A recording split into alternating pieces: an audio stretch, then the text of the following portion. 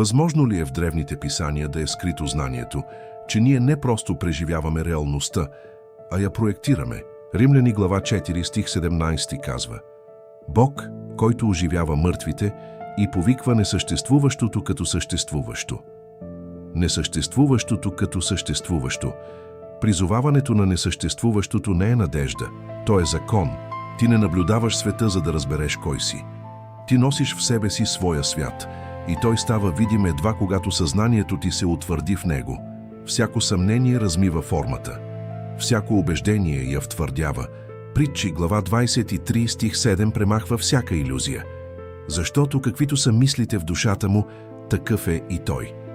Реалността ти е просто плътта, която приема словото на твоята душа. Ти не си жертва на събитията. Ти си архитектът, който ги призовава от небитието. Какво строиш в душата си в момента? Сподели.